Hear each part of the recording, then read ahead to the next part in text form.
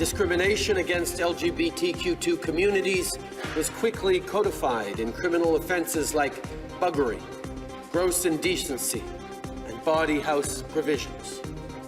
Bathhouses were raided, people were entrapped by police. Now that was Prime Minister Justin Trudeau last November apologizing for decades of harassment of LGBTQ Canadians. Now his government is aiming to atone for that discrimination, but the legislation they want to pass is facing criticism that it doesn't go far enough. Bill C-66 allows people to apply to have past criminal records expunged, but some senators on the Human Rights Committee point out a notable omission. Men swept up in those infamous body house raids in the 1980s are not eligible. The most famous of those took place in Toronto in 1981. Police cracked down on 4 gay bathhouses in the city, arresting more than 250 people. Those who owned or worked in the bathhouses were charged with keeping a common body house. Patrons were charged with being found in one. The arrests sparked citywide protests, with about 3,000 people taking to the streets. Well, let's turn to our Sunday Scrum now. Joining me today, once again, Susan Riley, John Ibbotson, and Charisma Mathen, all of them in Ottawa. So, Charisma, let's go straight to you. Ralph Goodale did provide an explanation to the committees. Here is part of that.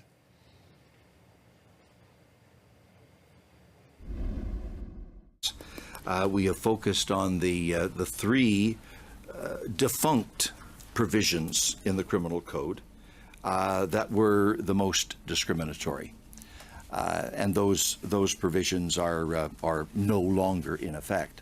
With respect to other provisions, like the ones that you refer to in relation to body houses or other provisions, they are not inherently unconstitutional. They are still in effect as of this date. So the process of dealing with them is a lot more complicated. Ralph Goodale choosing his words carefully, perhaps even more than usual. So, Charisma, what's going on there?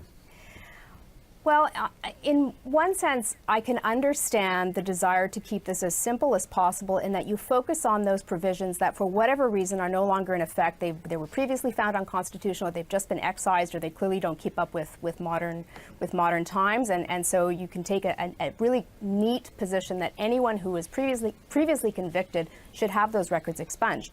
The problem is, of course, that one, the bathhouse provision was the source of tremendous discrimination and oppression against the gay and lesbian community for years. It was, in a way, almost one of the primary vehicles for that state oppression, and it was specifically referenced by the Prime Minister. So I don't know that you can have just a neat answer to this. I will say that in that committee hearing, the Minister went on to say that they were looking seriously at how to do it.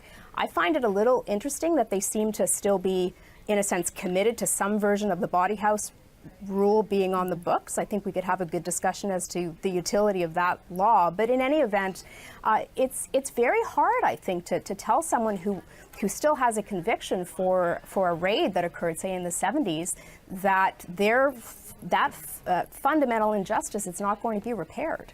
And of course, those raids and the subsequent protests seen as, and probably quite rightly, Canada's Stonewall, the awakening of the gay pride movement in this country. Susan? Yeah, I wonder if this is another situation where the government is making things more difficult for itself than it needs to be by not fully explaining. I mean, is their rationale the fact that they still want to have some kind of body house legislation to go after, straight, houses of prostitution, essentially, to go after pimps?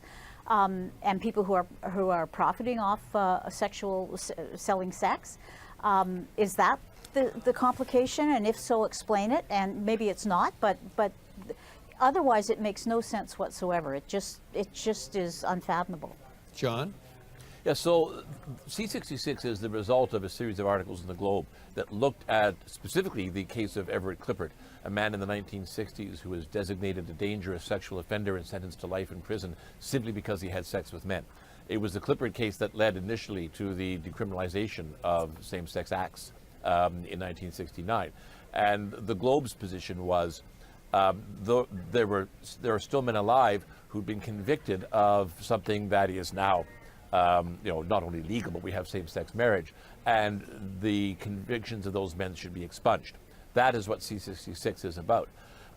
We also talked about people who've been discriminated against in the public service, fired from the military and elsewhere, simply because they were gay right up until the late 1980s. And the good news there is there's a class action lawsuit that is on the brink of being settled to give them proper compensation.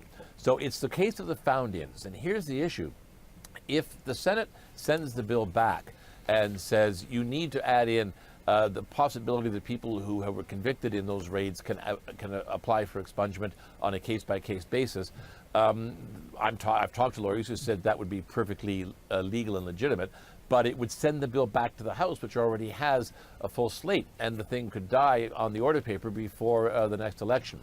I don't have a position on this myself. It's a quandary. I would love to see the found-ins added into into C-66, but I don't want to see the bill die simply because it's sent back by the Senate. It's a difficult one, I have to say.